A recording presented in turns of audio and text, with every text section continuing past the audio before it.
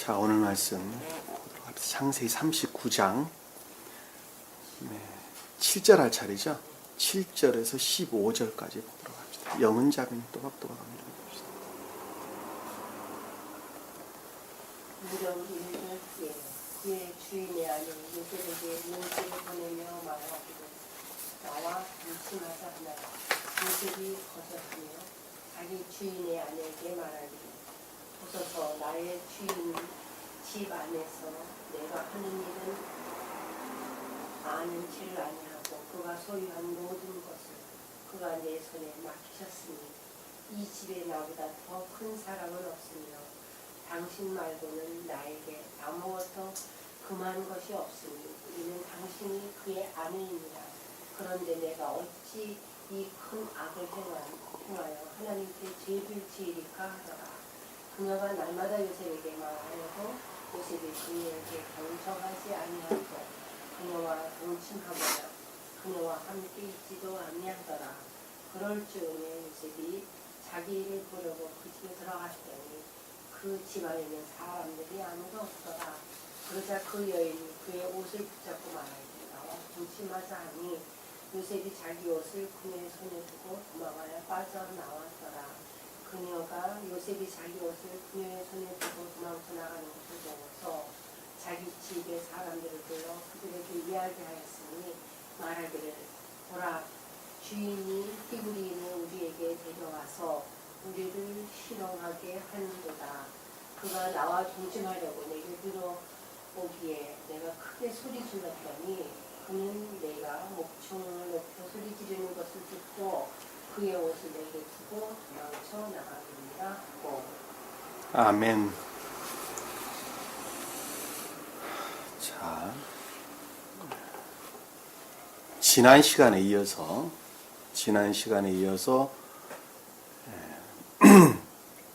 내적인 것들의 측면에서 먼저 한 사람으로 보면 중생이 이루어졌죠.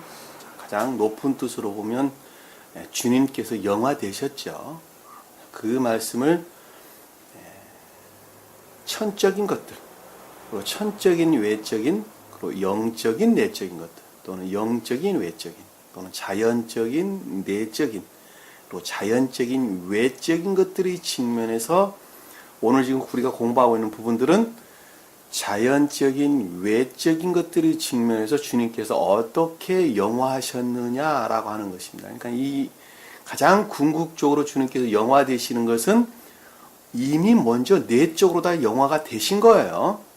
중생은 속사람으로부터 먼저 이루어지는 것입니다. 자, 속사람으로부터 중생이 먼저 이루어지고 그 이루어지는 것이 겉사람으로 오는 거예요. 임류되는 걸 소위 말하면. 어떤 과일이 익을 때 속부터 익게 되죠.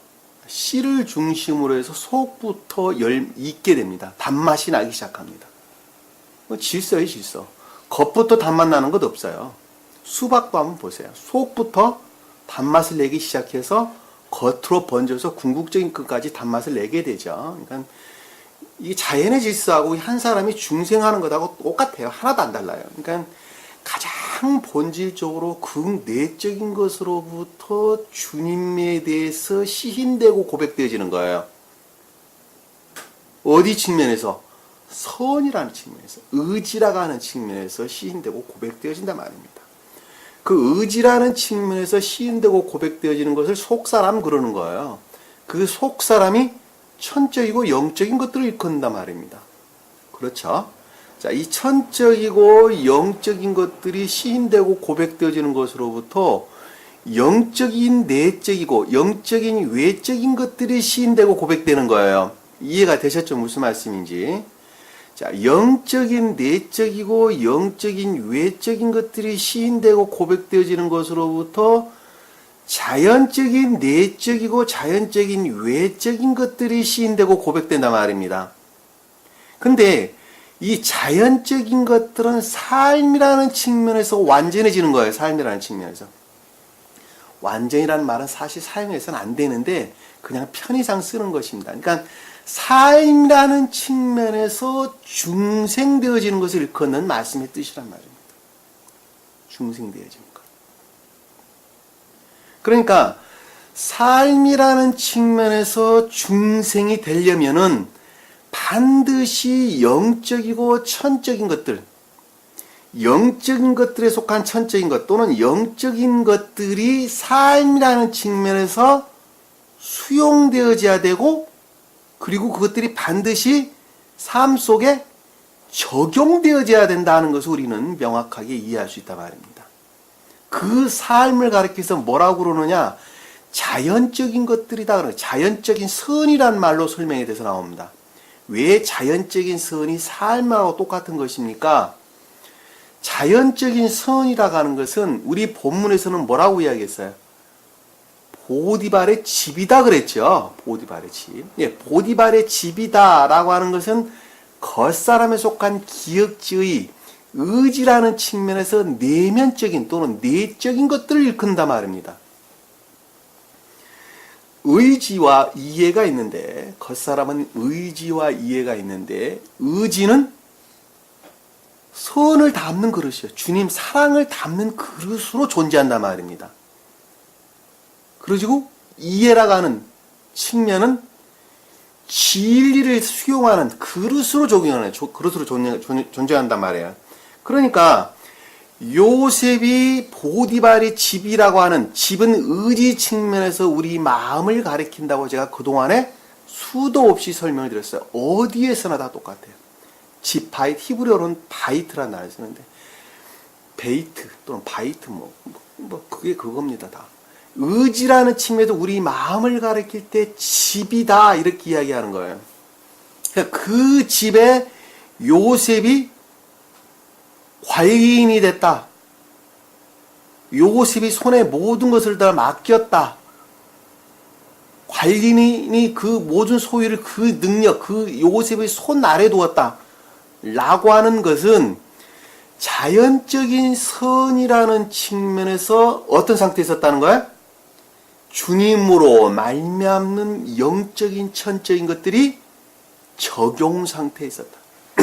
삶이라는 측면에서 그것들을 드러내는 상태에 있었다. 그 뜻이에요, 그 뜻. 그러면 여러분들이 좀 더 쉽게 이해가 되시겠죠. 그렇죠? 그러니까 요셉이 삶이라는 측면에서 반드시 그 손 안에 있어야 되겠죠. 그렇죠?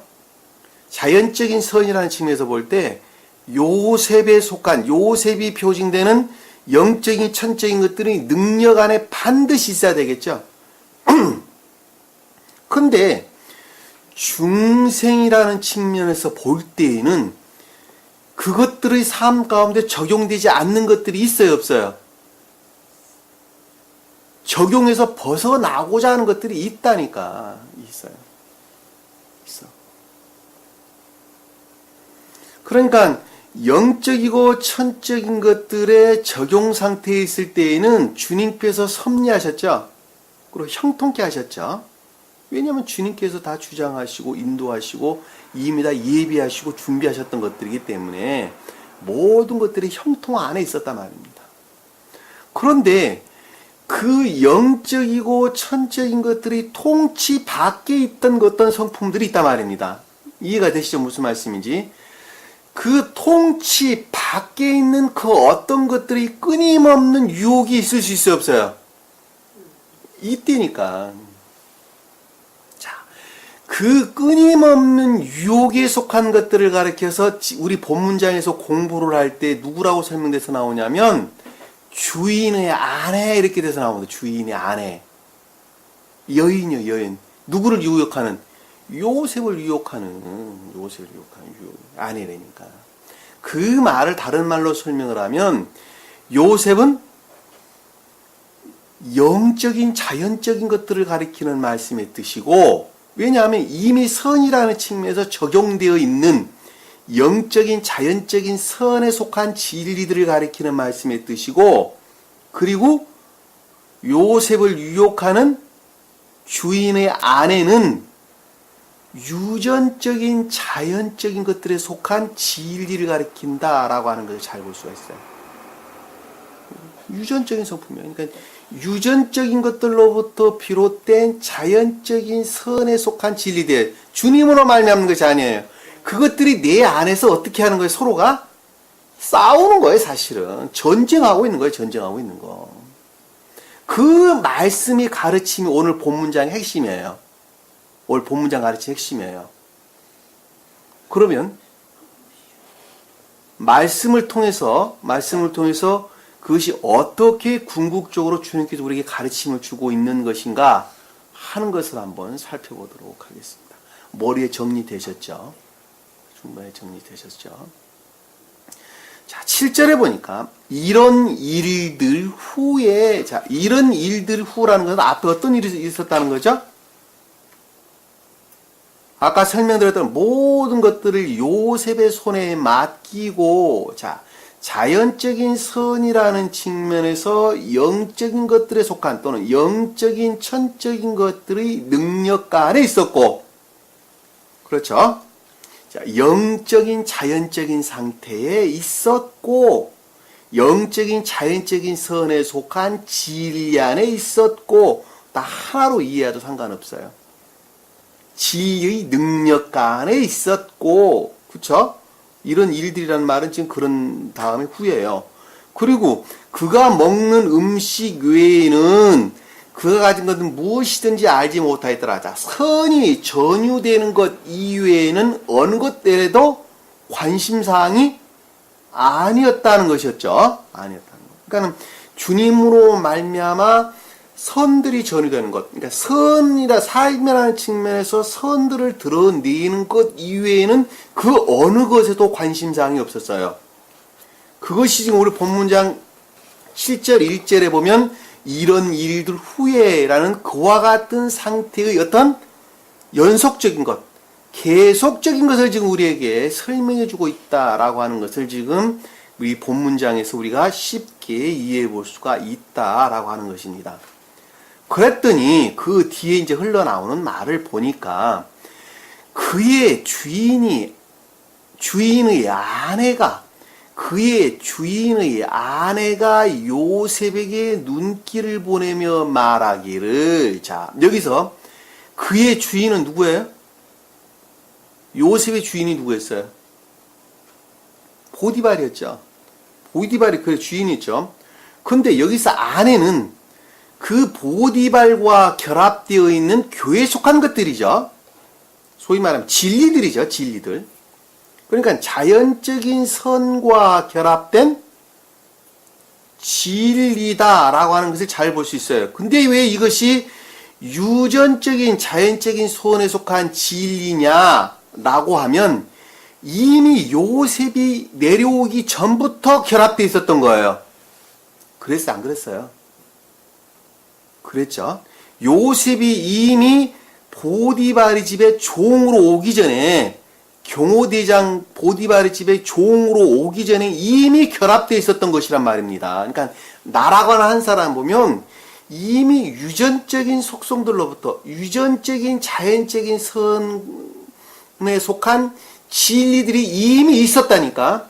있었는데 그 가운데에 주님으로 말미암는 영적이고 천적인 것들이 임류되어져 자연적인 선과 결합되어져 그 모습을 드러낸 소유란 말이에요. 소유. 이 소유라는 단어가 어원을 보면 애쉬란 말이에요. 애쉬. 그 말의 뜻이 무엇인가 하면 뛰어나다, 두드러지다, 존재하다, 이런 뜻입니다. 이런 뜻. 그러니까는 유전적인 자연적인 선에 속한 진리 안에서 두드러진 거예요. 뛰어난 거예요. 그것들이 모든 것들이 누구 손에 있었느냐? 요셉의 손, 요셉의 능력 안에 있었던 거예요. 이해가 되시죠? 그러면은 뛰어나지 못하고 두드러지지 못한 유전적인 자연적인 선에 속한 진리들이 끊임없는 유혹이 있을 수밖에 없겠죠. 자, 그 말씀이 지금 이 안에서 흘러나오는 말씀의 뜻이란 말입니다. 그러면은 여러분들이 지금 여기서 충분하게 이해를 해야 될 것이 뭐냐면, 영적인 자연적인 선에 속한 진리와 유전적인 자연적인 선에 속한 진리가 어떻게 다른가 하는 것을 구분하지 못하면 이 말씀을 이해한다는 것은 처음부터 불가능하겠죠. 그래 안 그래요? 불가능하죠. 그러니까 이것을 사실은 이해력에 와 닿도록 설명한다는 것 자체도 굉장히 애매해요, 사실은. 그러나 예를 들어서는 설명할 수 있어요, 예를 들어서는.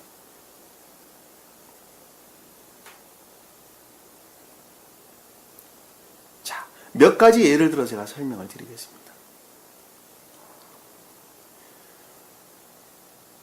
정욕에 의해서 아내와 결합하는 것은 영적일까 자연적일까? 자연적인 것이죠.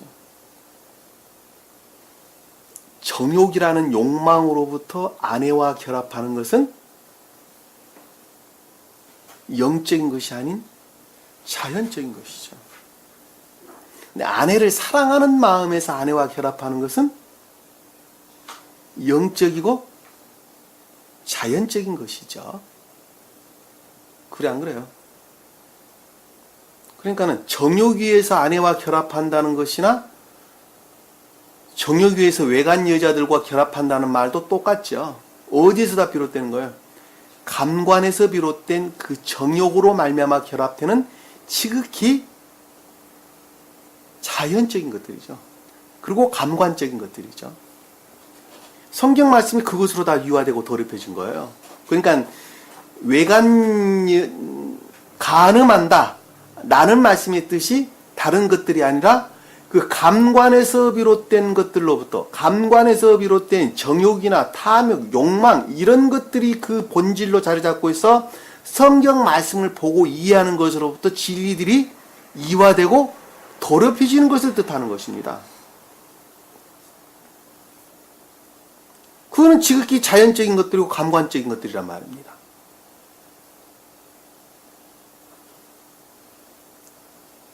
그렇죠?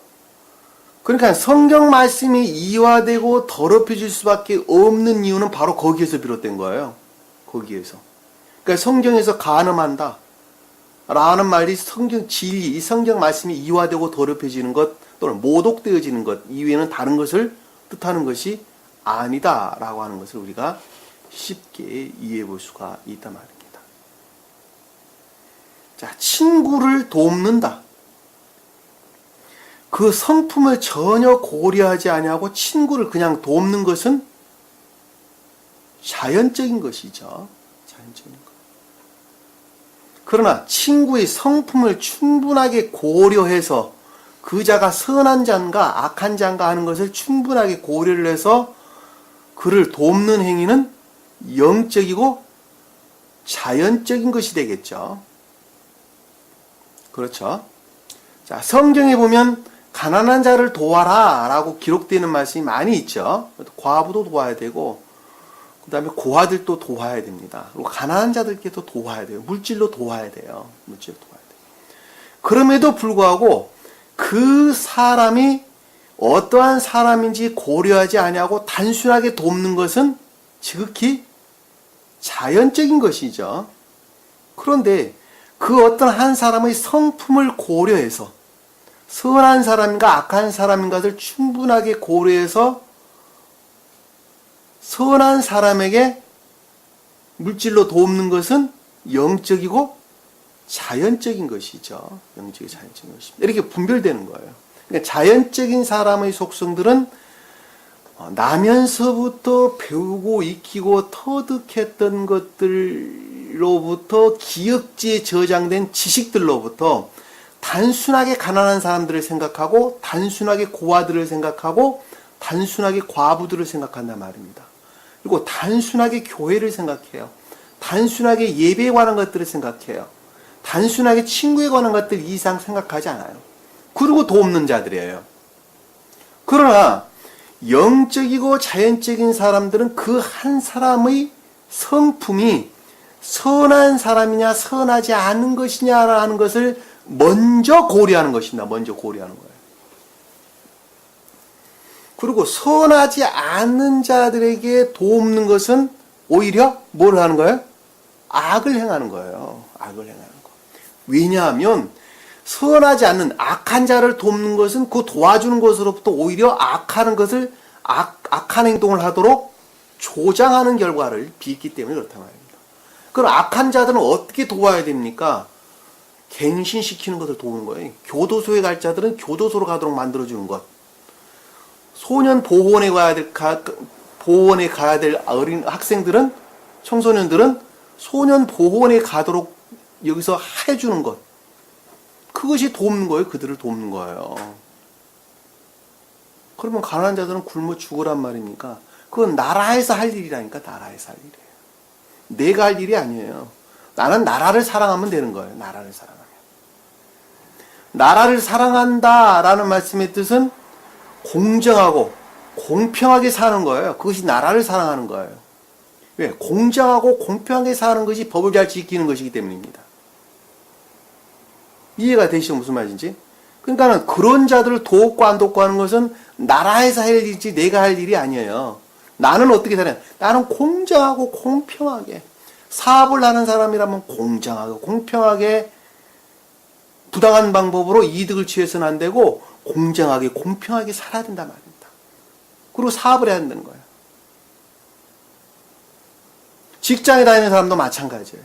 내가 공정하게 공평하게 내 할 일을 열심히 하는 것이 남을 사랑하는 거예요. 그 회사를 사랑하는 자예요.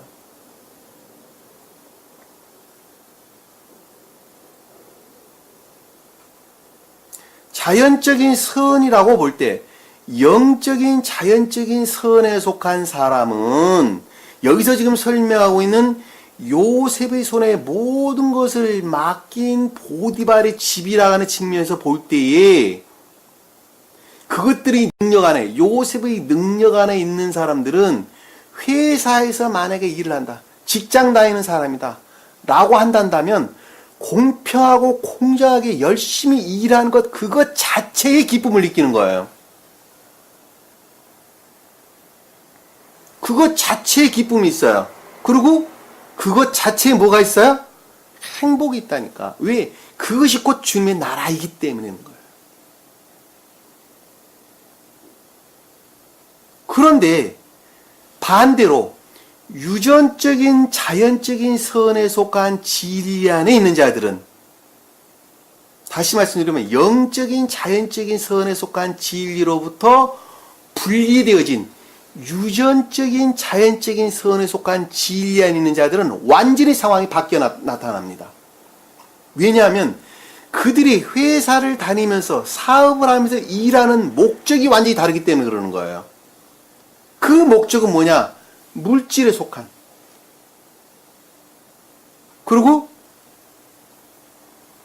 명예의 욕망에 속한 갖가지 세상적이고 자에서 비롯된 세상적이고 세간적인 것들, 그리고 감관적인 것들, 그와 같은 것들이 왕노릇하기 위해서 일하는 것들, 사업하는 것들이 종노릇하는 것입니다. 종노릇하는 거예요. 그것이 자기 목적이에요. 자해가 그 목적이 되어서 사업이라는 것이 종노릇하는 것이고 내가 직장에서 일하는 것들이 종노릇하는 거예요. 그러니까 일하는 것이 피곤하고 힘들어요. 사업하는 것이 피곤하고 힘들어요.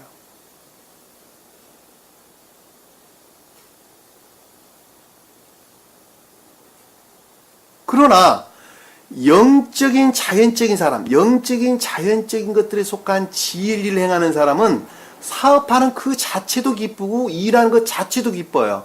왜냐하면 목적이 주님 사랑이기 때문에 그러는 거예요. 이웃을 사랑하는 것이니까.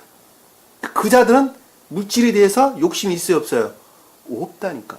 왜 없느냐? 그건 단순하게 선영의 도구로만 필요하기 때문에 그러는 거예요. 사업이 커도 그만, 사업이 안 커도 그만이에요. 내가 열심히 일하고 있는 그것으로 만족하는 거예요. 직장에서 일이 힘들어요? 힘 안 들어요? 힘 안 들다니까 힘들 수 있죠. 왜? 그들은 구속 상태에 있으니까. 근데 그 사람 그 회사에 나가야 안 나가요? 안 나간다니까. 영적인 자연적인 사람은 그 회사를 안 나간다니까. 왜 안 나가냐? 영적인 것들이 끊임없이 공격을 받으니까 안 나가는 거예요. 그럼 굶어 죽으라고요? 안 그렇죠. 영적인 것들이 방해받지 않을 어떤 직장들을 택해서 열심히 일한다니까. 내가 그 회사를 나가는데 그 회사로부터 공평하고 공정한 것들이 끊임없이 공격을 당한다면 어느 누가 그 가운데서 있겠어요. 내가 그것을 바꾸지 않는 이상 자기가 그걸 견디지 못하고 나오죠. 그냥 분리되는 거예요. 분리되는 거예요.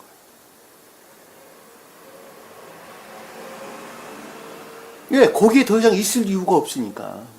왜? 나는 영적인 것들, 주님 사랑, 곧 이웃을 사랑하고 하나님을 사랑하는 것이 목적인데 그것들이 만약에 도전을 받는다면 어느 누구도 그 가운데 있는 것이 아니죠. 왜? 그것이 자기가 갖고 있는 생명인데.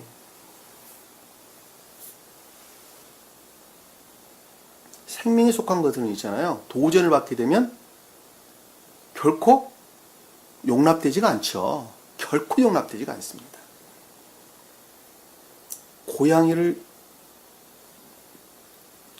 고양이가 쥐를 곳간에서 코너로 몰게 되면 쥐가 어떻게 한다고 그래요? 고양이를 문다니까. 생명의 위협을 느끼니까 무는 거예요. 왜? 자기 보호 본능이 있기 때문에.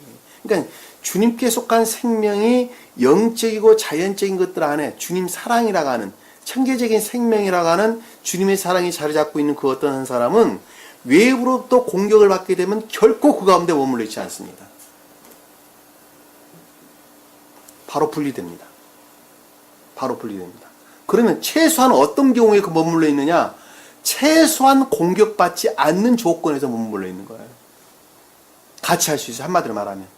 최소한 공격을 당하지 않는 범주 내에서 같이 공존할 수 있어요. 어떤 목적으로? 그들을 선도할 목적으로. 그들을 선도할 목적으로 공존할 수 있어요. 여기서 지금 보면 그의 주인 아내다라고 하는 것은 유전적인 자연적인 선에 속한 진리들을 일컫는 말씀의 뜻이에요. 그거는 동물들이 가지고 있는 본성하고도 똑같아, 한마디로 말하면. 그러나 여기서 지금 요셉이 표지하는 것은 진리들로부터, 주님으로 말미암는 진리들로부터 형성된 자연적인 선들이에요. 자연적인 선들. 그러니까 여기서 지금 그 주인 아내라고 말하는 것은 좀 더 구체적으로 설명을 하면 우리가 앞에서 배웠어요. 미디안 상인들이 이 사람들을 뜻하는 거예요. 미디안 상인들. 자연적인 소박한 선 안에 있는 사람들이에요. 근데 이스마엘도 똑같아요.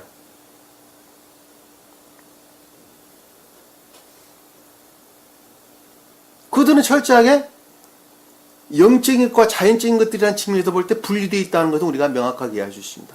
그럼에도 불구하고 그 가운데 그 소박한 순수함을 보고 주님께서는 그 가운데 뿌리를 내리신다라고 하는 것을 우리는 그동안에 배워서 익히 잘 알고 있단 말입니다. 이해가 되셨죠? 무슨 말씀인지. 그럼 여기서 보면 그의 주인 아내가 요셉에게 눈길을 보냈다. 눈이라는 것은 뭐예요? 아임, 이해, 총명 이런 걸 뜻하는 것이죠. 그렇죠? 자, 보내다라고 하는 것은 나사, 들어올리다, 쳐들다 이런 뜻입니다. 그러면 이게 어떻게 이해가 되겠어요? 유전적인 자연적인 선에 속한 진리들의 이해로부터 어떻게 했다고요? 들어올려졌다. 주장하기 시작했다. 라는 말로 이해해 볼 수도 있겠죠. 왜? 그것들이 일하기 시작한 거, 일하기 시작한 거. 소위 말하면. 직접 들어올려진 거예요. 어디에 대항해서? 어디에 대항해서? 여기서 보니까 나와 동침하자 하니, 동침한다는 것은 뭐예요? 천적이고 영적인 것들에 속한 자연적인, 그러니까 영적인 자연적인 것들을 취하려고 한다는 거예요. 끌어당기려고 한다는 거예요. 결합하고자 하는 거예요. 뭐가? 유전적인 자연적인 선에 속한 진리들이 자, 길을 가다가 가난한 자들이 소위 지하철 같은 데 가면 입구에서 동냥하는 사람들 많이 있죠. 그 자들을 도와야 될까 도와지 말아야 될까. 자, 여기서 보면 주인 아내, 그 주인 아내로 일컫는 사람 입장에서 보면 돕는 것이 맞죠. 왜? 그 사람 불쌍하잖아. 얼마나 힘들고 어려우면 여기 쭈그리고 앉아서 이 국어를 하고 있을까. 불쌍하잖아요. 그러니까 도와야 된다니까. 생각이 들어 올려졌죠. 마음으로부터 들어 올려진 것이죠. 그런데 영적인 자연적인 사람이 보니까 그 사람은 도와야 될 대상이 아니라 갱신소로 보내야 될 대상이죠. 도와줘서는 돼야 안 돼요. 안 된다니까. 도와주니까 늘 거기에 그렇게 있는 거예요. 만약에 도와주는 사람이 아무도 없었단다면 이미 그는 그게 그렇게 있지 않다니까. 함을 다니면서 박스라도 주워가지고 고물 팔아서 자기 생계에 살아간다니까. 그래 안 그래요? 그런데 여기서 지금 보면 그의 아내 요셉에게 눈길을 보냈다라는 말씀이 그것이에요. 유전적인 자연적인 선에 속한 진리에 속한 생각들이 자기 자신을 엄습해 오는 거예요. 엄습해 오는 거. 한마디로 말하면 쳐들어 올라오는 거예요. 그리고 영적인 것들과 결합하기를 원한다니까. 동침한다. 함께 눕자. 함께 결합하자. 하나, 요셉이 거절했다라고 하는 말씀 뜻이 뭐예요? 그러면은 영적인 자연적인 것들의 측면에서 그것들은 경멸되어야 된다는 것이죠.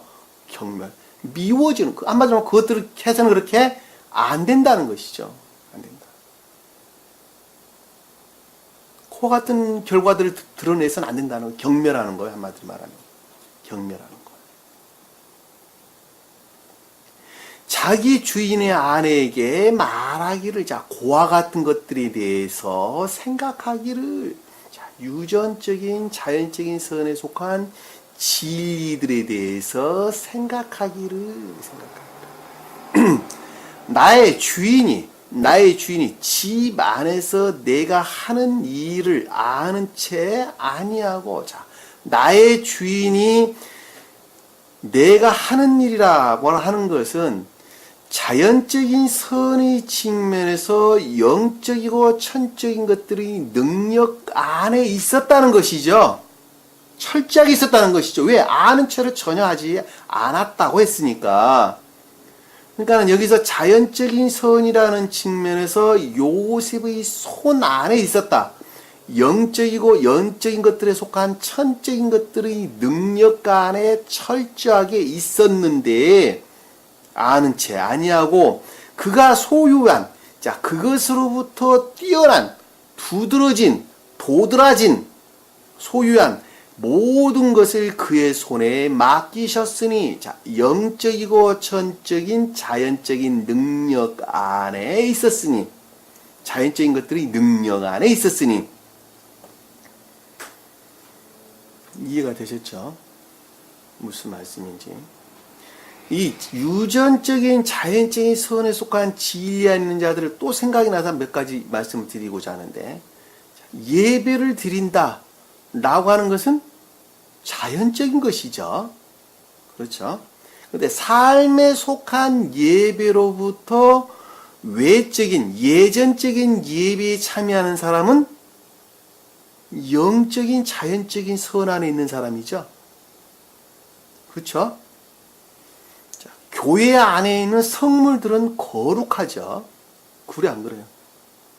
교회 안의 성물들은 거룩합니다. 왜 거룩하냐? 왜 거룩하죠? 그냥 교회 안에 있으니까 거룩합니까? 그게 아니라 그 성물들이 천계에 속한 그 어떤 것들을 표징하기 때문에 그것이 거룩한 거예요. 그쵸? 자, 그런데 그 교회에 속한 성물들이 표징하는 천적이고 영적인 그 어떤 것들에 대해서 깊이 마음속에 시인하면서 그것들을 거룩하게 여기는 것은 영적이고 자연적인 것이죠. 그런데 영적이고 천적인 것들로부터 분리되어져 단순하게 교회에 속한 성물이기 때문에 거룩하다라고 하는 것은 자연적인 우상 숭배적인 것이 되는 거예요. 자연적인 우상 숭배적인 것이 되는 거예요. 한마디로 말하면 그 성물 자체를 거룩하게 여기는 것이 우상 숭배가 되는 거예요. 그러니까 옛날 고대 교회에 속한 사람들 보면 산에다가 주상이나 아세라 목상을 세웠다니까. 그 주상이나 아세라 목상이라고 하는 것은 사실은 그 표징적인 것들은 천적이고 영적인 뭐예요? 거룩한 것들을 뜻했어요. 다 거룩한 것들을 표징했다니까. 돌기둥을 세우는 것은 요셉도 했고 아브라함도 했고 이삭도 했고 다 했다니까. 그것이 뭘 뜻한다는 거 우리가 그동안에 배워서 익히 잘 알고 있단 말입니다.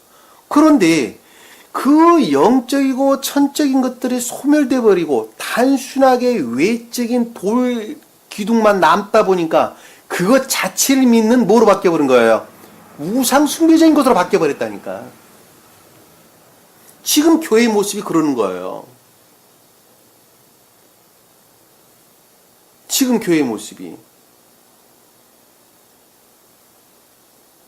그러니까 우리가 성막에 있었던 소위 말하는 법계, 그 다음에 촛대, 떡상, 무슨 물두봉 하는 이 모든 성막 안에 있었던 이 모든 것들은 그것 자체로 거룩한 것이 아니라 천적이고 영적인 것들을 표징하고 있기 때문에 그것이 거룩한 거예요. 그러니까 영적이고 자연적인 사람들은 그와 같은 것들이 천계에 속한 것들을 어떤 것들을 표징한다라고 하는 것들을 익히 잘 알고 있다니까. 그것으로부터 그것을 거룩하게 여기는 거예요. 근데 자연적인 사람들은, 유전적인 자연적인 선에 속한 진리 아닌 사람들은 단순하게 그것을 주님께서 그렇게 해라고 그랬으니까 그것을 주님께서 그렇게 만들었으니까 그걸 거룩하다고 여기는 거예요. 그거는 우상숭배적인 것이다 라고 하는 것을 잘 볼 수 있습니다. 교회에서 성경 말씀을 가르치는 목사는 하나님의 종이 맞죠. 그래 안 그래요? 하나님의 종이라니까. 그런데 자연적인 선 안에는 자연적인 선에 속한 유전적인 자연적인 선에 속한 진리 안에 있는 사람들은 단순하게 목사라는 이유로 그 사람을 존경한다니까. 그런데 영적이고 자연적인 사람들은 그 사람 내면에 속한 것이 정말 목사인가 아닌가를 보고 그 사람을 존경한다니까. 목사님이 그 어떤 한 사람이 목사가 아닌 성품을 담고 있다 한다면 그는 결코 그 사람을 존경할 대상이 아닌 거예요. 어떻게 해야 되는 거예요? 교도소에 보내야 될 대상이라니까. 강대상에서 끌어내려야 될 대상이에요. 능력이 안 되면 하지 말든지 끌어내리든지.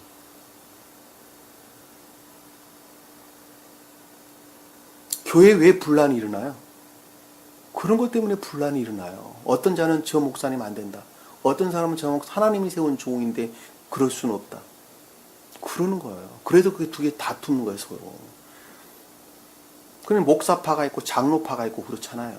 요즘 교회 분란이 일어나는 이유가 다 그래요.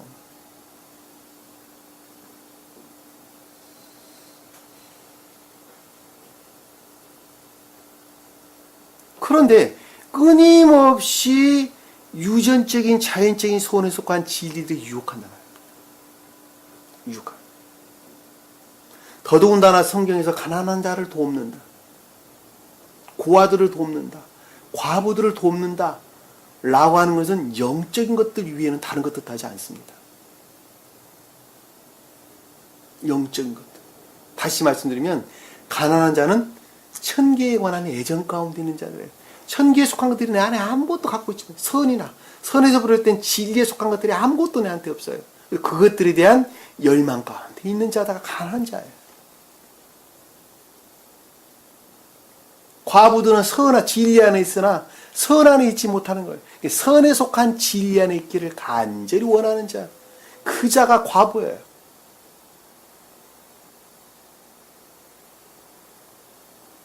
고아들은 선 안에는 있으나 진리 안에 있지 못하는 자예요. 소위 말하면 자연적인 선 안에 있으나 진리로 말미암아 주님으로 말미암는 가르침으로부터 영적인 자연적인 선 안에 있기를 간절히 원하는 자. 그 자가 고아요, 고아. 나그네를 도와라 라고 하는 것은 선에 관한 진리에 관한 가르침에 대한 열망 가운데 있는 자를 일컫는 말씀의 뜻이다. 그것이 본래 이 성경 말씀에 우리에게 주시는 주님의 가르침이란 말입니다. 그럼 우리는 세상 가운데 가난을 도와야 됩니까? 도와야죠. 그럼 어떻게 도와야 됩니까? 내가 공정하게 공평하게 사는 것이 돕는 거예요. 그 일은 누가 해요? 나라에서 한다니까. 나라에서. 어느 단체에서 하는 거예요. 단체에서. 기부단체에서 한다니까. 그 자들은 그 돕는 사람들을 도와야 될지 말아야 될지를 그들이 분별한다니까. 저자는 돕는 것이 아니라 갱신소로 보내야 되겠다. 저자는 도와야 될 대상이 아니라 교도소로 보내야 되겠다. 아, 저자는 정말 도와야 되겠다. 누가 해요? 나라에서 하는 거예요. 나라에서. 뭘 정해서? 법으로 정해가지고. 법을 잘 지켜야 되는 거예요. 그래서 법 위에 군림하면 안 돼요. 대통령도 아니라 뭐래도. 그러니까 주님께서는 십계명이 뭐라고 그랬어요? 그러니까 다 하지 말라고 그러는 거. 하지 말라. 하라고 하나도 안 했어요. 하지 말아라 그러는 거예요. 왜? 잘 알지 못하는 것을 하는 것으로부터 오히려 악을 행하게 되니까 하지 말아라 그러는 거예요. 성경에서 이웃을 사랑한다는 건 무슨 뜻이에요? 그러면 가장 궁극적으로 자연적인, 외적인, 우리가 감관적인 육체의 옷을 입고 사는 동안에 이웃을 사랑한다라는 말씀의 뜻은 다른 거 가리키는 것이 아니라 공정하고 공평하게 사는 것. 그것이 이웃을 사랑하는 거예요. 그것이 이웃을 사랑하는 거예요. 가장 궁극적으로 보면 그러는 거예요.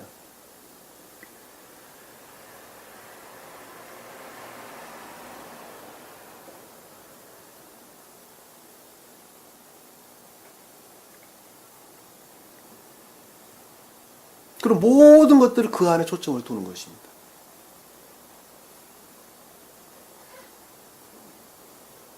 그 공정하고 공평히 사는 것은 먼저 나 자신을 잘 관수해야 돼. 나 자신. 나 자신. 그리고 내가 머물러 있는 우리 가정을 잘 돌봐야 돼요. 그리고 내가 하는 사업, 내가 다니는 직장에서 공정하고 공평하게 열심히 일하는 거. 그리고 나라를 사랑하는 거예요. 그 자가 법을 잘 지키며 나라를 사랑하는 거예요. 그 자가 공정하고 공평한 자예요.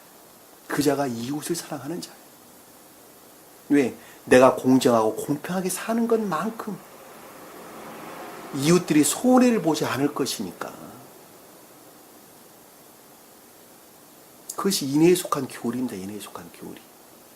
이웃을 도와라 라고 하는 건 뭘 돕는 거 가르치는 것이 아니에요.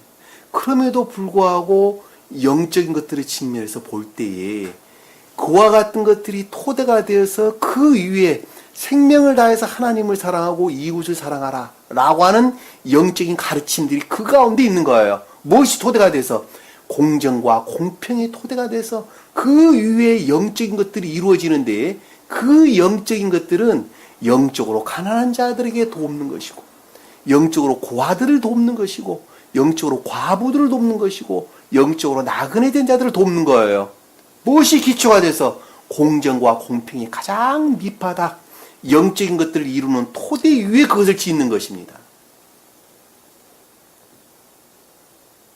그 자가 생명을 다해서 하나님을 사랑하는 것이고 너를 사랑하는 만큼 이웃을 사랑하라. 그게 말씀의 뜻이에요. 네가 너라고 하는 사람이 천계에 속한 생명 안에 있을 그 열망만큼 네가 천계에 속한 너라고 하는 사람이 천계에 속한 생명 안에 있고자 하는 열망만큼 애정만큼 어느 누구에게 생명에 속한 것들을 주기 위해서 너 또한 게으르지 하지 말아야 한다는 거예요. 이해가 되셨어요? 무슨 말씀인지? 너 혼자 천국 가면 되는 것이 아니라 네가 천국 가기를 간절히 원하는 것만큼 이 진리 가르침으로부터 너 또한 다른 자에게 그 애정 가운데 있는 자에게 결코 소홀하지 말고 너를 사랑하는 것만큼 그 자에게 영적인 것들을 가르쳐라. 영적으로 선을 행해라. 그와 같은 것들은 가장 궁극적인 자연적인 선이라는 측면에서 공정과 공평 그것들이 토대가 돼서 그 위에 영적인 것들이 지어지고 그 영적인 것들 지어진 것들 위에 목숨을 다해서 하나님을 사랑하는 천적인 사람들이 그 위에서 집을 짓는다라고 하는 것입니다. 내가 어찌 가장 궁극적으로 공정하지 못하고 공평하지 못하는 사람이 영적으로 어느 누구를 사랑할 수 있단 말입니까? 그럴 수 없는 거 아닙니까? 자기는 세상 가운데 나쁜 짓 다 하고 다니면서 이 진리 믿으라 그러면 믿을 사람 어디 있겠어요? 생각을 한번 해보세요. 먼저는 자기 자신이 노력해야 되는 것입니다. 먼저. 주님 말씀에 가르치면 이웃사랑이라고 하는 개념, 어떻게 여러분들이 이해를 해야 되는가 라고 하는 측면에서 제가 좀 설명을 드렸습니다. 자, 요셉이 거절했다라고 하는 것은 그것들을 경멸했다는 것이죠. 그렇죠? 자기 주인의 아내에게 말하기를, 자, 유전적인 자연적인 선에 속한 진리에 대하여 생각하기를, 지각하기를, 나의 주인이 나의 집안에 내가 하는 일을 아는 채를 아냐고. 이 모든 것들이 자연적인 선이라는 측면에서 볼 때 모든 것들이 영적이고 천적인 것들이 능력 안에 있었다. 또는 그것들의 적용 안에 있었다라고 하는 것이죠. 그가 소유한 모든 것을 그 손에 맡기셨느니라 라는 말씀의 뜻까지 그랬죠. 자, 9절에 보니까 이 집에 나보다 더 큰 사람이 없으며, 자, 이 집에 나보다 더 큰 이것들은 없으며 라는 뜻이에요. 이 사람이라는 단어가 아니라 이것들이에요. 이것들, 저것들이라는 말씀입니다. 다시 말씀드리면 자연적인 선들이 천적이고 영적인 것들이 능력 안에 있었고 그것으로부터 파생되자 온 이 모든 것들이 요셉의 손을 안에 있었다. 다시 말씀드리면 신령 영적인 선의 영적이고 천적인 것들이 능력 안에 있었으며 당신 말고는 나에게 아무것도 금한 것이 없으니, 자, 그것들로부터 떨어져 있는 유전적인 자연적인 선에 속한 진리는 그것들이 구속 안에 있지 않았다는 거예요. 그래서 안 그랬어요? 그래 안 그래요? 내 안에 두 가지가 있는데 하나는 주님으로 말미암는 능력 안에 있는 것이 있고 또 하나는 유전적인 자연적인 속한 선에 속한 진리들이 또 하나가 있다니까. 그러니까 그것들은 철저하게 주님이 능력 안에 있어요, 안 있어요? 안 있는다니까 지금. 왜 그것들이 이제 대항해서 나오는 거니까 지금. 나하고 한바탕 하자고 지금 나오는 거 아닙니까 지금. 그러니까 말고 나에게는 아무것도 금한 것이 없으니 이는 당신이 뭐 때문이라는 거예요? 그의 아내임이라. 이 그의 아내임이라는 것이 보디발의 아내이기 때문에 그렇다는 것이죠. 그러니까 보디발의 아내다라고 하는 것은 겉사람 안에 있는 내면적인 것들을 일컫는 말씀이 뜻이죠. 보디발이 그것과 결합된 진리인데 이 말씀을 갖다 제가 아까 설명드리기를 유전적인 자연적인 선에 속한 진리다라는 말로 제가 설명을 드렸단 말입니다. 이것은 동물적인 성품들을 지니고 있는 거예요. 한마디로 말하면 이것은 지극히 아내이기 때문에 그것들은 소위 말하면 요셉이 뜻하는 능력 밖에 있다라고 하는 것을 우리가 쉽게 볼 수 있습니다. 그런데 내가 어찌하여 이 큰 악을 행하여 만약에 그것과 결합한다면 큰 악을 행하는 것이죠. 하나님께 죄를 지으리까. 주님의 입장에서 보면 주님 자신을 가리키는 속사람의 존재하는 신령 존재에서 비롯된 것들에 대항하여 죄를 지읍시다. 득지할 수 있으리까. 소위 말하면 중생하는 사람, 표준적으로 중생하는 사람이라는 입장에서 볼 때에는 신령 진리에 반하여 악을 행할 수, 나쁜 일을 행할 수 있으리까. 죄를 짓는다면 벗어나다, 빗나가다 이런 뜻입니다. 하타. 이해가 되시죠? 무슨 말씀인지. 그러니까는 유전적인 자연적인 선에 속한 진리들과 결합하는 것은 곧 뭐 하는 거예요? 죄 짓는 거예요. 죄 짓는 거. 그러니까 여기서 하지 마라 그러면 하지 말아야 돼요. 아까 제가 영적인 자연적인 것들과 유전적인 자연적인 선에 속한 성품들을 제가 아주 구분해서 여러분들에게 설명을 드렸어요. 예를 들어서 자, 10절 보니까 그녀가 날마다 요셉에게 말하여도, 자, 그녀가 날마다 요셉에게 말하였다라는 것은 그녀라고 일컫는 유전적인 자연적인 선에 속한 진리들이 계속적인 통치, 다스림 하고자 하는 욕망 같은 것들을 일컫는 말씀의 뜻이에요. 여기서 말하였다라고 하는 단어는 다바르. 소위 말하면 인도하다, 명령하다, 통치하다 이런 뜻입니다. 다바르. 그럼 그 말이 무슨 말일까? 그럼? 다바르.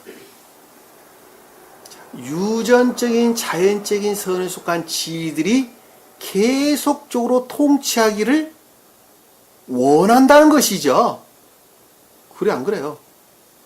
내 안에는 궁극적인 자연적인 선이라는 측면에서 볼 때, 어떤 한 사람이 중생이라는 측면에서 볼 때 가장 궁극적인 것들 안에서 중생하는 것이 완전한 중생이죠. 완전이란 말은 없는 제가 쓰는 겁니다. 주님 입장에서는 완전한 영화를 가리키는 말씀의 뜻입니다. 그렇죠? 그런데 그 안에 그것들에 수종들지 않는 것들이 있다니까. 내 안에 두 가지가 있어. 하나는 영적인 자연적인 것들이 있고, 하나는 유전적인 자연적인 것들이 있다니까. 이 두 가지가 서로 진리라는 측면에서 서로 다투고 싸운단 말입니다. 다투고 싸우는 거예요.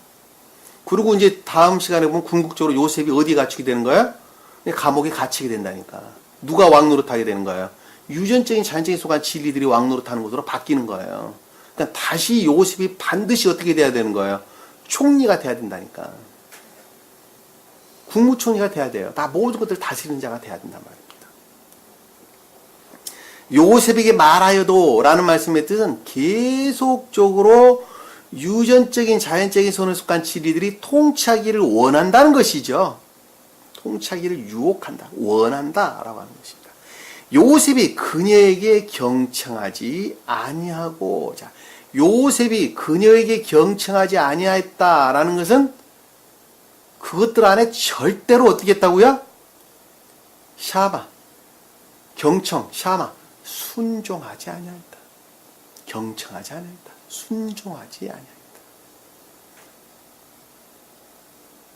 복종하지 않았다.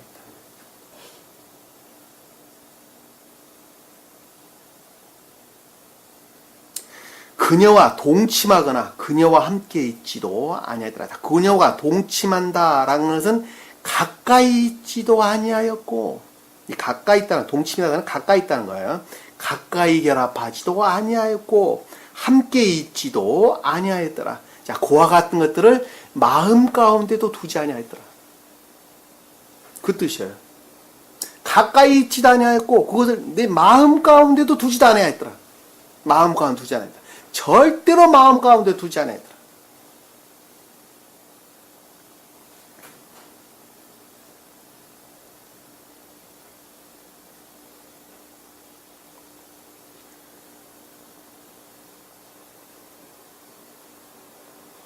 이건 제가 영적인 체험을 통해서 여러분들에게 충분하게 설명드릴 수 있습니다. 제가 그랬어요.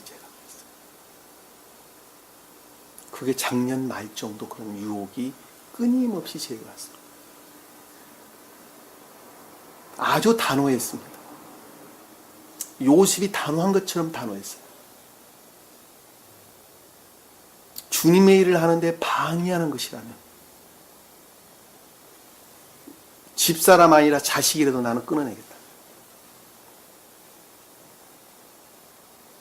단호했습니다. 만약에 그렇지 아니었단다면 지금 여기서처럼 그 주인의 아내의 유혹에 동침했을 것입니다. 단호해야 돼. 여기 보면 그 뜻이에요. 동침하거나 그녀와 함께 있지도 아니하더라. 가까이 하지도 아니하였고 마음 가운데 두지도 아니하였더라. 그 단호함으로부터 분리가 되는 것입니다. 만약에 그렇지 아니하고 적당하게 타협을 한다면 그것은 철저하게 어떻게 되는 거예요? 두 가지가 뒤섞이는 결과를 빚게 되죠. 그리고 끊임없이 공격을 당하게 됩니다. 오늘 그것이 어떤 상태에 이루어지는가 하는 것을 아래에서 설명해 볼 수 있습니다.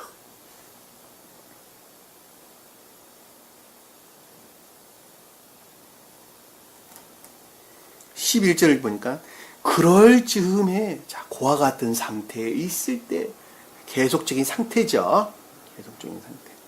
요셉이 자기 일을 보려고 그 집에 들어갔더니 라는 것은 소위 말하면 자연적인 선의 측면에서 영적이고 천적인 것들의 적용 상태에 있을 때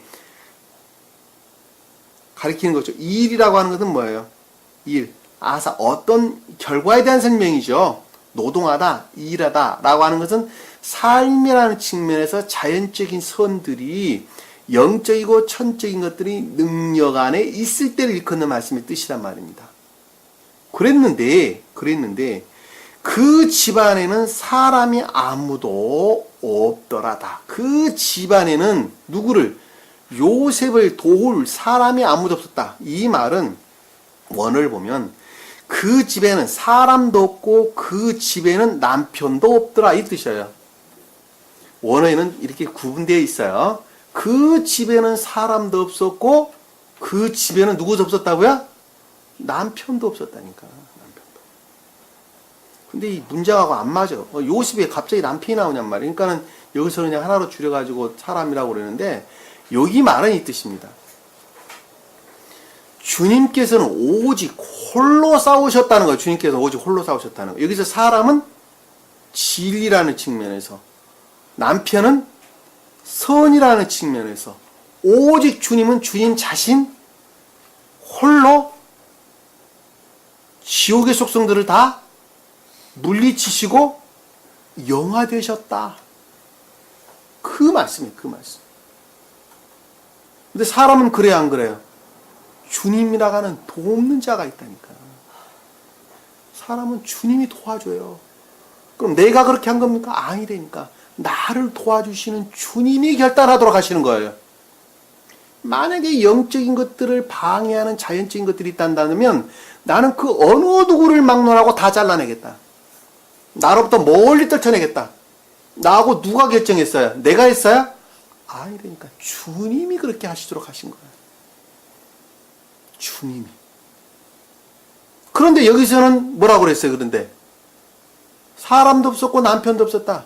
선이라는 측면에서, 진리라는 측면에서 주님을 돕는 자가 아무도 없었다는 거예요. 누가 하셨냐? 주님 홀로 그 일을 하신 거예요. 주님 홀로 성취하신 거예요. 왜? 속사람 그 자체가 주님 자신이기 때문에 그러는 거예요. 신령 존재 되시는, 신령 사랑으로서 신령 존재 되시는 주님 자신이란 말입니다. 그러니까 주님께서는 어디하고 싸운 거예요? 속사람에 내재되어 있는 존재 되신 그분으로 말미암아, 사람 그 자체 되신 존재 되신 그분으로 말미암아 유전적인 악의 속성들로부터 물려받았던, 마리아로부터 물려받았던 유전적인 자연적인 속성들과 어떻게 되는 거예요? 대적해서 싸우는 거예요. 어디서? 겉사람 안에서. 겉사람 안에서. 겉사람 안에서 천적인 것들이 영화 과정을 해서 아브라함이 표징하고, 영적인 것들의 영화 과정에서 이삭이 표징하고, 자연적인 것들의 영화 과정에서 야곱이 표징했던 것입니다. 그리고 자연적인 외면적인 것 또는 감관적인 것들의 측면에서 영화하는 과정이 누가 표정하는 거예요? 지금 우리가 보고 있는 본문장의 내용이라니까. 요셉이 이집트로 내려오는 과정으로 우리에게 설명되신 것입니다. 이 성경 말씀은 전체적으로 누구에 관한 내용이에요? 가장 깊은 뜻으로 주님 2000년 전 오셨던 예수 그리스도 그분에 관한 내용이에요. 그분이 존재되신 분이시란 말입니다. 그리고 주님 홀로 그 일을 이루시고 완성하신 거예요. 누구를 위해서? 인간들을 구원하려고. 당신들을 구원하려고 지옥을 정복하신 것이다. 자, 주님 홀로 이 일을 하셨다 라는 말씀의 뜻을 우리가 이사야서에서 한 두 문장만 찾아봅시다. 이사야서 63장 한번 볼게요. 이사야 63장.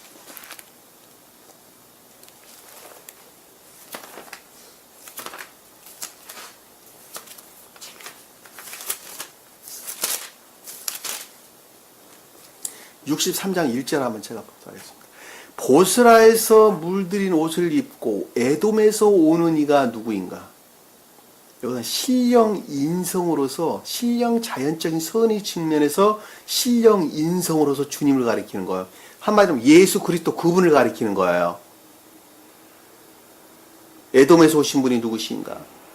그의 의복이 화려하고 그의 능력이 위엄으로 거니는 이가 누구인가? 의로 말하나니 구원할 능력이 있는 나로다. 주님에 관한 내용과 분명하단 말이에요. 왜? 누구로? 신령 인성의 측면에서 주님, 예수 그리스도 그분을 가리킨단 말입니다. 어찌하여 내 의복이 붉으며 내 옷이 포도즙 틀을 밟을 자 같은가? 이 포도즙 틀이다 라고 하는 것은 여기서 밟는다 라는 말이 뒤에 등장하기 때문에 이화되고 더럽혀진 삶에 속한 교리적인 것들을 일컫는 말씀의 뜻입니다. 왜냐하면 포도즙 틀이 뭐 하는 거예요? 포도즙을 짜는 기구죠. 그렇죠? 포도밭은 뭐예요, 성경에서? 포도밭은 영적인 교회를 뜻한다니까. 영적인 교회. 그럼 포도는 뭐예요? 포도송이가 여물은 포도는 뭐예요? 주렁주렁 매달린 포도는 그 가운데 열매 맺는 인애를 뜻하는 거예요. 인애에 속한 믿음들을 가리킨다니까. 그리고 포도주는 뭐예요? 포도즙에서 짜나온 포도즙은 인애에 속한 선을 뜻한다니까. 가장 높은 뜻으로는 영적인 선. 포도즙 틀은 그것을 짜내는 삶에 속한, 행위에 속한 것들을 가리킨다는 걸 잘 보셨어요. 그러니까 여기서 지금 말씀드리는 포도즙 틀이라는 것은 행위에 속한 거짓된 교리들을 가리킨다는 걸 잘 볼 수 있단 말입니다. 이해가 되셨죠? 무슨 말씀인지. 포도즙 틀을 밟는다라고 하는 것은 악에 속한 것이 소위 말하면 악에 속한, 거짓에 속한 교리적인 것들을, 행위에 속한 교리적인 것들을 물리치려고 오셨다는 것이죠. 밟으려고 오셨다. 근데 나 홀로 포도즙 틈을 발랐고 누가 올라왔다는 거예요? 주님 홀로 하셨다니까. 그것을 주님 홀로 하셨어요. 누구 돕는 자가 있는 것이 아니었어요. 백성 중에 나와 함께한 자가 아무도 없었도다. 나의 분함으로 그들을 밟았고 나의 진노함 속에서 그들을 짓밟으니 그러면 그들이 피가 내 옷에 튀어서 내가 그 의복을 모두 얼룩지게 할 것이라. 이는 복수의 날이 내 마음속에 있고 내 구석에 오기 때문이라. 내가 보았으나 도와주는 자가 뭐였다고요? 아무도 없었다. 도와주는 자가 아무도 없었다. 오직 주님 홀로 우리가 하셨던 것을 잘 볼 수가 있습니다. 하나 더 쳐다보기. 59장 한번 볼게. 59장 16절 한번 봅시다. 59장 16절.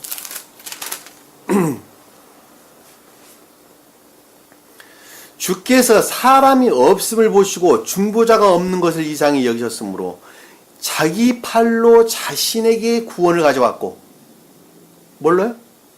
주님 자신의 능력으로부터 자신에게 구원을 가져왔다니까. 자신의 곧 그것으로 자신을 어떻게 했다고요? 지지하였도다.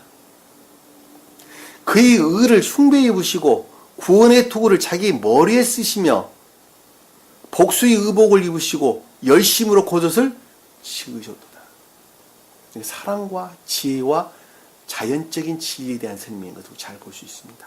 여기에 대한 구체적인 것들은 시간이 없으니까 못하고 다음에 또 기회가 되면 살펴보도록 하겠습니다. 오직 주님께서 홀로 그 일을 하셨다라고 하는 것을 우리가 분명하게 이해해 볼 수가 있단 말입니다. 이해가 되셨죠? 무슨 말씀인지. 그러니까 우리가 이 본문장에서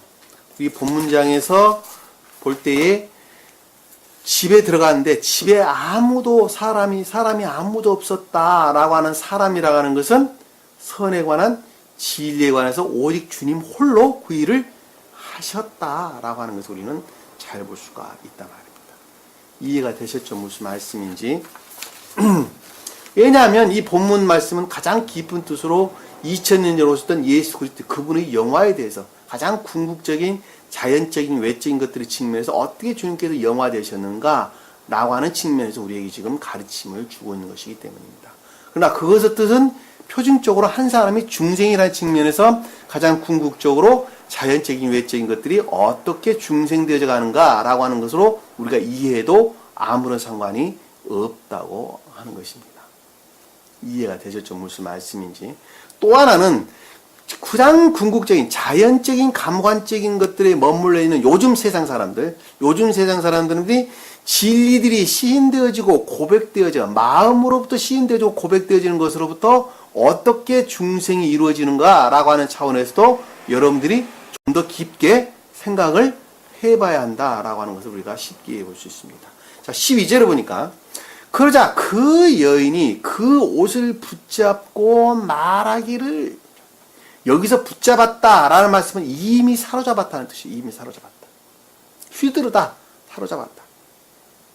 자, 유전적인 자연적인 선에 속한 진리들로부터 그의 옷은 여기서 베게드라고 하는 것은 외적 진리예요. 외적 진리.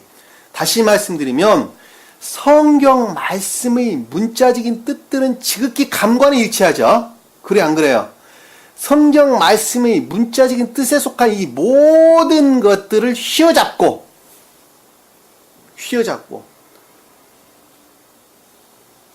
붙잡고 생각하기를 나와 동침하자, 아니 그것과 결합하기를 간절히 원했죠. 무엇과? 그것이 주님으로 말미암는 영적인 것들이 가르침입니다 라고 간절하게 원한다니까. 그래 안 그래요? 이 결합이란 말은 그 뜻이에요. 주님께서는 우리에게 가난한 자 도와라 그러니까 우리는 무조건 말씀에 복종해야 되니까 도와야 된다라고, 그것이 주님의 가르침이 영적인 뜻이다라고 간곡하게 요구한다니까. 그리고 결합하기를 원하는 거예요. 동침하자니 요셉이 자기 옷을 그녀의 손에 두고, 자, 요셉이 자기 옷을 그녀의 손에 두었다라는 말씀의 뜻은 유전적인 자연적인 선에 속한 진리의 능력 안에 잡히게 됐다는 것이죠. 그리고 어떻게 됐다고요? 도망쳐 빠져나왔다. 자, 분리되었다.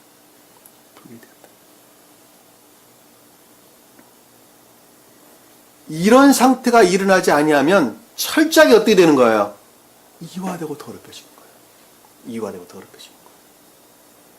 제가 아까 제 개인적인 체험을 가지고 여러분들에게 설명을 드렸듯이, 만약에 여기서 설명되고 있는 그 여인, 그 주인의 아내의 유혹으로부터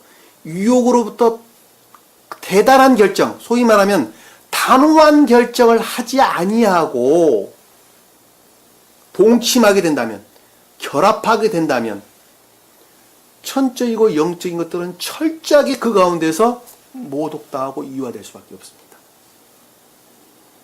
그러나 분리되는 것으로부터 그것들은 어떻게 되는 거예요? 순수하게 보존되는 거예요. 보존되는 거예요.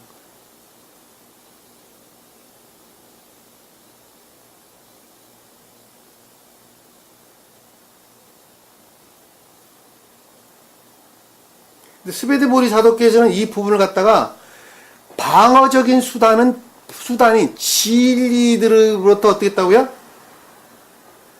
방어적인 수단인 진리 안에 있지 못했다. 진리들을 가지지 못했다라는 말을 설명했는데, 그 말씀의 뜻이 무엇인가 하면, 주님 자신의 입장에서 보면 방어적인 수단을 전혀 갖지 못했다는 거예요. 무슨 말인지 이해가 되세요? 자, 나라고 하는 한 사람은 주님으로 말미암아 중생에 이르는 자들은 궁극적인 자연적인 선의 측면에서 유전적인 자연적인 선에 속한 진리들의 유혹으로부터 진리라고 하는 자막대기로부터 방어적인 수단들을 가지고 있어요? 아니 가지고 있어요? 가지고 있다니까. 가지고 있어요. 근데 주님이라는 입장에서 보면은 주님 자신 스스로로부터 그것을 빼앗기게 되면, 그 옷을 빼앗기게 되면 방어적인 수단은 전혀 가질 수가 당연히 없죠. 방어적인 수단의 진리들을 전혀 가질 수가 없다니까. 그냥 매몰되는 거예요. 그냥 매몰. 그러니까 여기서 아래에서 보면 구속되는 것으로 그래서 나오는 것입니다. 이 말씀 되게 어려운 말씀이에요. 제일 처음에 공부하는데 내가 유일하게 별표는 부분이 이 부분이에요. 그때 당시만 공부할 때 무슨 말인지 이해를 못했어요. 몇 번을 읽었는데, 몇 번이 아니라 정말 한 이틀은 봤던 것 같아요. 이 부분만. 그 말을 이해를 못해가지고. 방어적인 수단인 진리를 전혀 가지지 못했다. 스웨덴 보리사도 그렇게 써놨다니까. 다른 아무 말도 설명이 없어요. 그 말을 제가 이해를 못했던 거예요. 무슨 말인지 도대체 이해를 못하겠더라고요. 그 말을 도대체 어떻게 이해를 해야 하는 것인지. 그 두꺼운 천계비의 책을 다 보면서도 내가 유일하게 별표를 하는 부분이 이 부분이 되니까 이해가 안 가가지고. 근데 지금 보니까 아주 명확하게 이해가 되더라고요. 지금 보니까. 근데 그때 당시에 그것을 이해할 만한 지혜가 총명이 없었어요. 왜? 날아가는 사람이 중생이 이르려면 한참 멀었으니까. 한참 진리의 복종, 가르침 가운데 있는 상태이기 때문에 이 말을 이해할 수가 없었어요.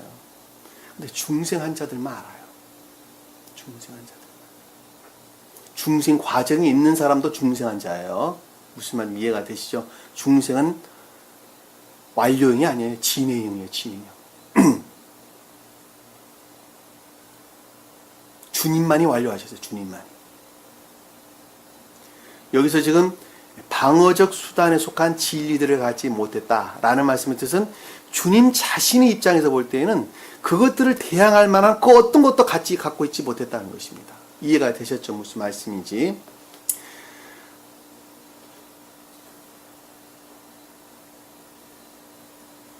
자, 13절 보니까 그녀가 요셉이 자기 옷을 그녀의 손에 두고 라는 말씀의 뜻은 뭐예요? 외적 진리, 예적 진리 두고 나가는 것을 보고 라는 말씀의 뜻이, 그러니까는 외적 진리들이 성경의 말씀의 문자적인 뜻들이 영적인 것들로 분리되어져 유전적인 자연체에 속한 진리들로부터 휘둘림을 당했죠. 자, 철저하게 그것을 취해버렸죠.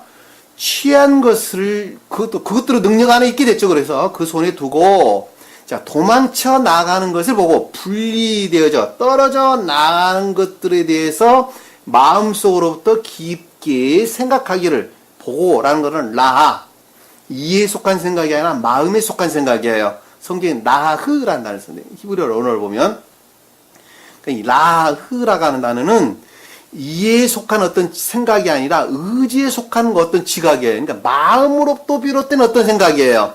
이해가 되셨죠? 무슨 말씀인지. 보고 자기 집의 아드 사람들을 불러 그들에게 이야기하여 말하기를, 자, 자기 집 사람이다 라는 것은 마음으로부터 비롯된 의지에 속한 그 어떤 것으로부터 비롯된 지각으로 말미암는 거짓들이에요.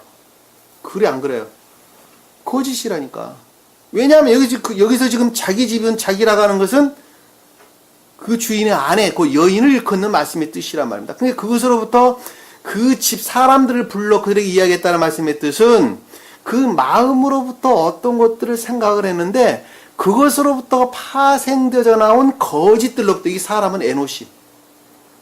주님의 입장에서 보면 진리를 가리키나 여기서 지금 설명할 때 그 여인이라는 입장에서 볼 때는 거짓을 뜻한다라고 하는 것을 우리가 명확하게 이해할 수 있단 말입니다. 그러니까 악으로부터 비롯된 유전적인 자연적인 선으로부터 비롯된 거짓들이에요. 이해가 되셨죠? 그들을 불렀다라는 것은 요청했다는 것이에요. 요청했다. 외쳤다. 간절함 뭐 이런 것들이죠. 소위 말하면 불러 이야기하여 말했다라는 것은 아마라는 두 단어가 복합적으로 나오는데 하나는 선의 측면에서 하나는 진리 측면에서 생각하기를 이 뜻이에요. 말하기를, 생각하기를, 주인이 히브리인을 우리에게 데려와서, 제가 앞에 왜 그걸 강조하냐면 뒤에 있는 내용들이 그 연달아 나오기 때문입니다. 그러니까 주인이 히브리인을 우리에게 데려와서, 자 여기서 보면 보라, 말하기를 히브리인을 데려와서, 주인이라는 말도 빼고 우리라는 말도 다 빼세요.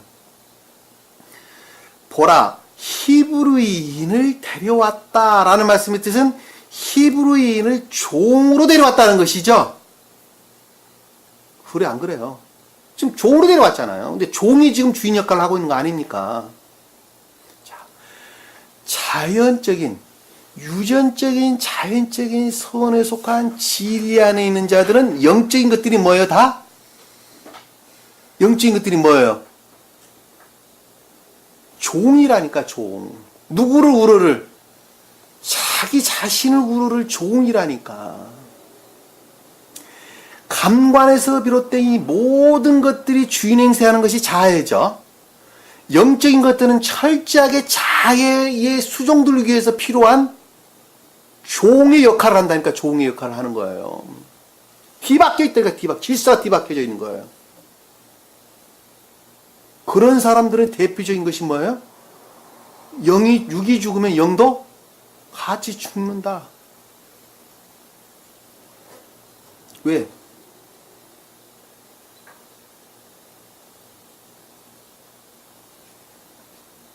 영이 육에 소유되어 있기 때문에. 여기서 히브리 종이라고 그래서 설명돼서 나오는 겁니다. 히브리는 뭐예요? 영적이고 천적인 사람들, 영적인 교회에 속한 사람들을 가리킨다니까. 그러니까 이집트 아에서 종살이 했던 히브리인들이 있죠. 그리고 많은 사람들이 죽었죠. 왜냐하면 이집트는 유전적인 속성들이 자리 잡고 있는 감관적인 사람, 겉사람을 뜻한다니까. 그것들 안에 누가 종노릇하는 거예요? 영적이고 천적인 것들이 종노릇하는 거예요. 자, 영적이고 천적인 것들이 주인 행세를 하고 육적이고 자연적이고 감관적인 것들이 종노릇을 해야 하는데 그 반대라니까. 그리고 그 육적이고 감관적인 것들로부터 비롯된 육적인 것들이 주인 행세, 자연적이고 육적인 것들이 주인 행세를 하는 것으로부터 모든 질서는 다 뒤바뀌는 거예요. 그것은 많이 배운 자나 못 배운 자나 많이 가진 자나 덜 가진 자나 할 것 없이 모두가 다 마찬가지입니다. 영국의 물리학자 스티븐 호킹이라는 분 계시죠?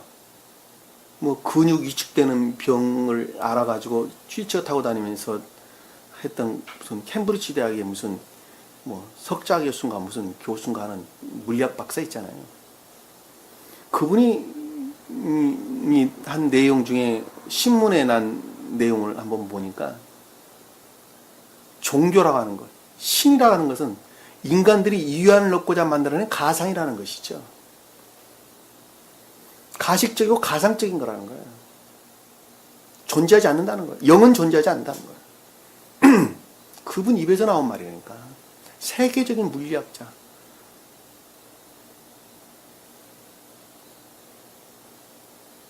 놀랍잖아요. 어떻게 그런 말들이 나올 수밖에 없어요? 영이라고 하는 것은 육의 육이 소유 안에 있기 때문에 그렇다는 거예요. 그들은. 철저하게 감관적인 사람인 걸 잘 볼 수 있어요. 그들이 이 진리의 말씀을 어떻게 이해할 수 있겠다고 합니까? 영은 존재하지 않는다. 육과 소멸과 동시에 같이 소멸한다. 종교라고 하는 것은 인간들이 유한을 얻고자 만들어낸 가설적이고 가상적인 것이다. 그분 입에서 나온 말 아닙니까?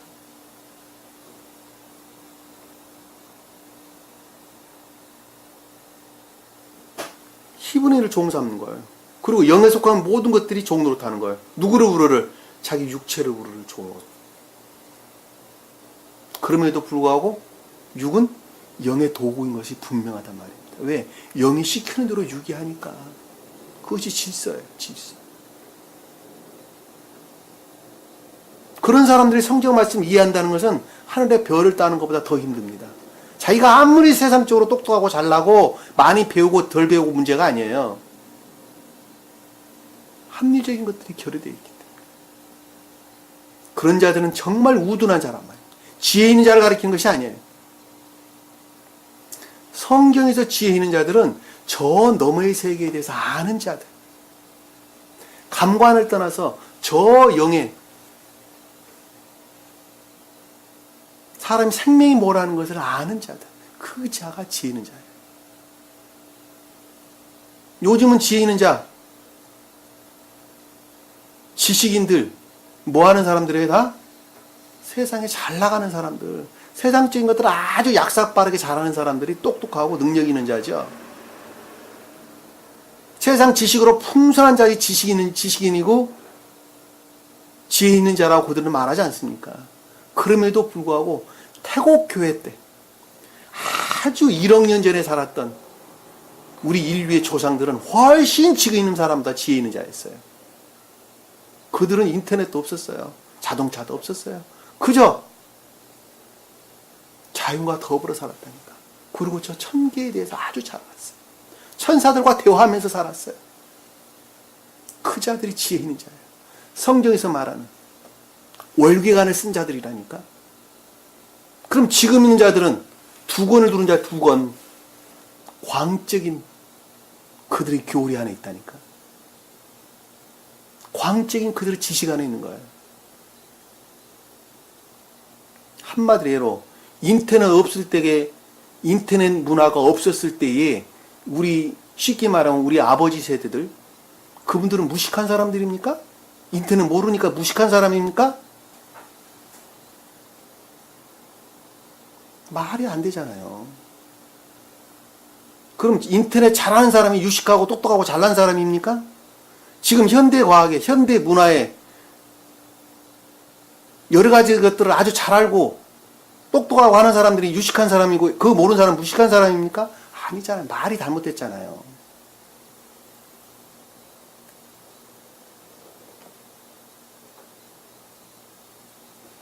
정말 미련한 사람이 스티븐 호킹과 같은 사람을 정말 미련한 사람이다 이렇게 얘기하는 것입니다.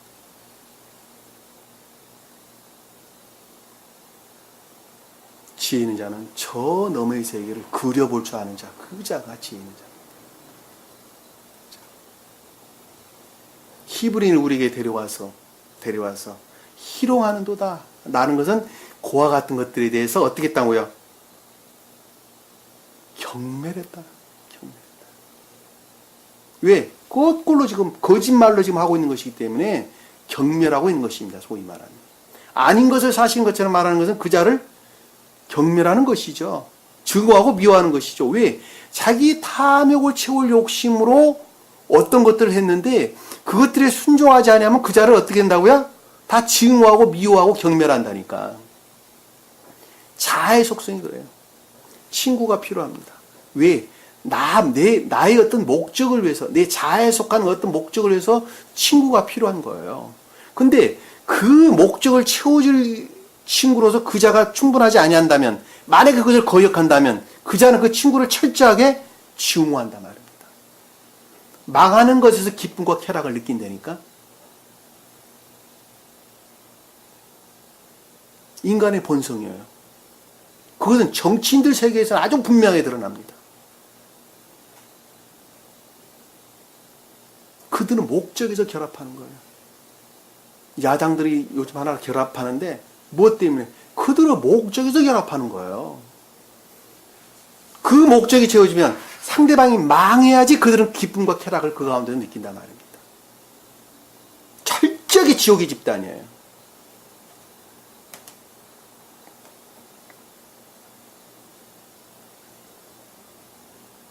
그가 나와 동침하려고 내게 들어오기에 내가 크게 소리를 질렀다.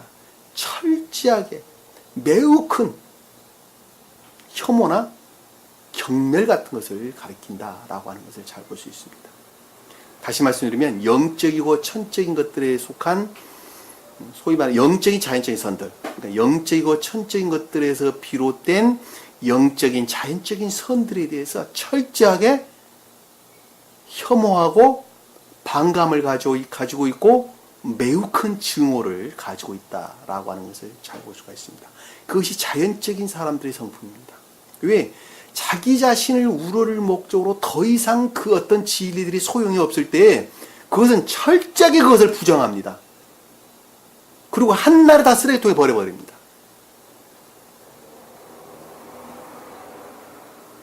(15절에) 보니까 그는 내가 목청을 높여 소리를 치는 것을 듣고 라는 말씀, 그 철저한 큰 많은 혐오, 증오 이런 것들로부터 생각했다는 것이죠.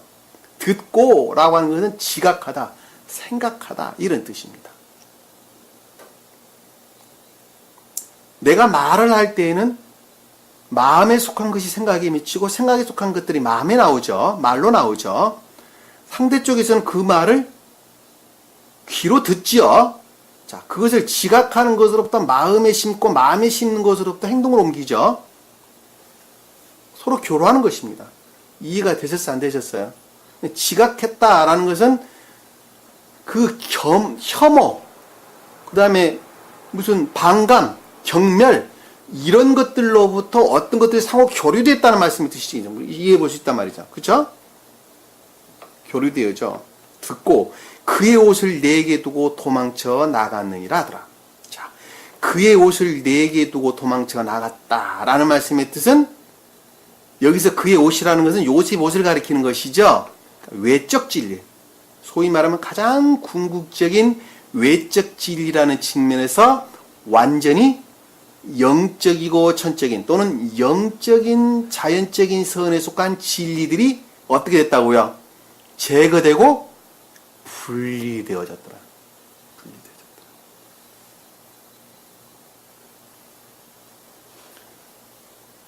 이해가 되셨죠? 자, 자연적인 진리라는 측면에서는 구분이 되어야 안 돼요. 영적인 것들과 자연적인 것들 구분되어야 안 돼요. 전혀 구분 안 돼요. 겉으로 보기에는 다 똑같아 보여요. 그러나 영적인 사람과 자연적인 사람은 완전히 다르다는 걸 잘 볼 수 있습니다. 영적인 사람은 그 목적이 천계에 있습니다. 자연적인 사람은 그 목적이 지옥을 향해 있다라고 하는 것을 우리는 쉽게 이해해 볼 수 있습니다. 여기서 지금 그 뜻이에요. 영적인 것들이 다 분리되었다. 궁극적인 자연적인 진리들이 제거되고 분리되어졌더라. 이것이 만약에 분리가 되지 않는다면 안 되는 것입니다.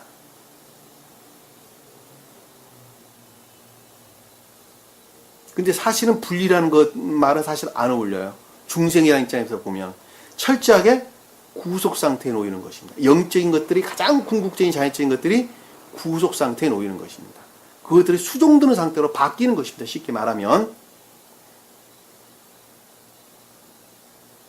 그것들의 유혹으로부터 영적이고 천적인 것들이 감옥에 갇히게 되는 과정을 우리가 아래에서 살펴볼 수가 있습니다. 그 부분에 대해서는 다음 시간에 좀 더 살펴보도록 하겠습니다. 오늘 주신 말씀 마음속에 깊이 생각하시고 날아가는 사람이 영적인 것들을 드러내기 위해 애쓰는 사람인가? 아니면 아직도 자연적인 것들 안에 멈춰 있는 사람인가? 라는 것은 본인 자신이 조금만 깊게 생각해 보면 쉽게 이해해 볼 수 있어요. 아닌 것은 결정하면 돼요. 누가 결정하는 거예요? 내가 결정하는 거예요, 내가. 그 결정할수록 누가 도와요?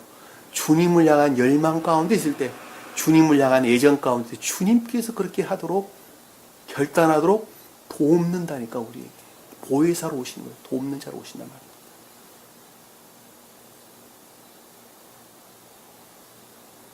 아직도 이 지일 가운데 있으나 그럼에도 불구하고 기성, 개신교 또는 보편적인 기독교 안에 내가 그 안에 몸담고 있다 한다면 결단하셔야 돼요. 나오셔야 돼요.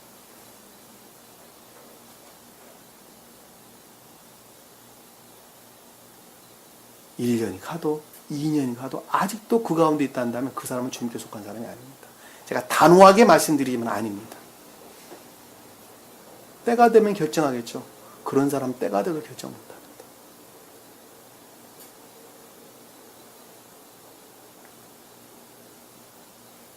부부 관계에서도 아들과 아비 관계에서도 그와 같은 결단이 필요합니다. 결단이 필요합니다.